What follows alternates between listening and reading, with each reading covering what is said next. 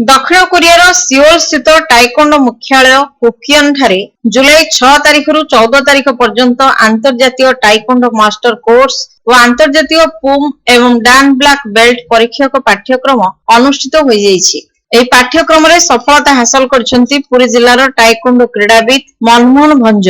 ଏହି କୋର୍ସରେ ସଫଳତା ହାସଲ କରିବାରେ ଶ୍ରୀ ଭଞ୍ଜ ହେଉଛନ୍ତି ପୁରୀ ଜିଲ୍ଲାର ଏକମାତ୍ର କ୍ରୀଡାବିତ। ଶ୍ରୀ ଭଞ୍ଜ ସମ୍ପ୍ରତି ଓଡ଼ିଶା ଟାଇକୋଣ୍ଡୋ ସଂଘ ଓ ପୁରୀ ଜିଲ୍ଲା ସଂଘର ସାଧାରଣ ସମ୍ପାଦକ ରୂପେ କାର୍ଯ୍ୟରତ ଅଛନ୍ତି। ଟାଇକୋଣ୍ଡୋରେ ଆନ୍ତର୍ଜାତୀୟ ପାଠ୍ୟକ୍ରମରେ ସଫଳତା ହାସଲ କରି ଶ୍ରୀ ଭଞ୍ଜ ପୁରୀ ଜିଲ୍ଲା ପାଇଁ ଗର୍ବ ଓ ଗୌରବ ଆଣିଦେଇଛନ୍ତି।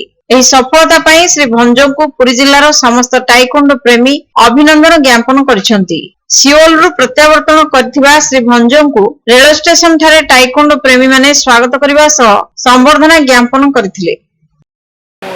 साउथ कोरिया जाइए 9 तारिख 14 तारिख इंटरनेशनल मास्टर कोर्स ओडिशा में प्रथम पूर्णी प्रथम 14 दिन 10 दिन पर परिश्रम कर जो सक्सेसफुल होती आज फेरिकी आज खेल आज पुरी जिला जी क्रीड़ाविद मान ओडार आज मत कौन संबर्धना आस बहुत खुशी बहुत भल पाए टाइकोंडो डेभलपमेंट आज जो शिखिक ये जिन आम ओडार जो जो आडभांस ट्रेनिंग साहय दक्षिण कोरिया आज प्रथम जाइए ना ये सर्वप्रथम मोर 32 वर्ष टाइकोंडो बारी प्रथम पुरी मुझे ओडार 32 वर्ष बाद तेनाली ये विश्वस्तर गोटे पुरीर परिचय टाइकोंडो पुरी जिला जड़े कि विश्वस्तर ना कमी जाए।